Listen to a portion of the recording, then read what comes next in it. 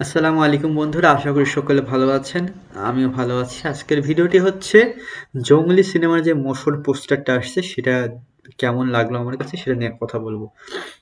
First of all, যখন জংলি cinema প্রথম পোস্টারটা আসছিল 2024-এ, সেটাও কিন্তু একটা প্রিমিয়াম টাইপের একটা ভালো পোস্টার ছিল।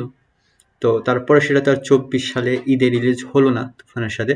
সেটা কিছু কারণের কারণে সেটা এখন এসে আম ঈদে এই ঈদে ঈদুল ফিতরে এসে রিলিজ করা হবে 25 সালের। তো সেটার যে মোশন পোস্টারটা আসছে, এখানকার যে লুকটা, সেই লুকটা দেখে বোঝা যাচ্ছে যে এইটা এর যে টাইটেল সেটার সাথে একটা মানে মিল খুঁজে পাওয়া যাচ্ছে, অর্থাৎ জংলি। তো ক্যারেক্টারটার যে ফেস সেটা জংলির মধ্যেই ফিল হচ্ছে এবং লুকটা প্রিমিয়াম লাগছে। অর্থাৎ আপনার সাউথের যে সকল ফিল্মগুলো দেখি সেগুলোর যে পোস্টারগুলো থাকে সেগুলো যে একটা প্রিমিয়ামনেস থাকে সেটা এখানে পাচ্ছি। মানে বাংলার টিপিক্যাল কোনো মুভির পোস্টারের মতো না যে আমরা এখানে কোনো ভুল খুঁজে পাচ্ছি। এখানে আসলে সেরকম কোনো ভুল পাওয়া যাচ্ছে না এবং বলতে পারি একটা প্রিমিয়াম লুক পাওয়া যাচ্ছে। এবং এখানে যদি এটার পেছনে যে র্যাপটা রয়েছে সেই র্যাপটা কিন্তু অসাধারণ লাগলো।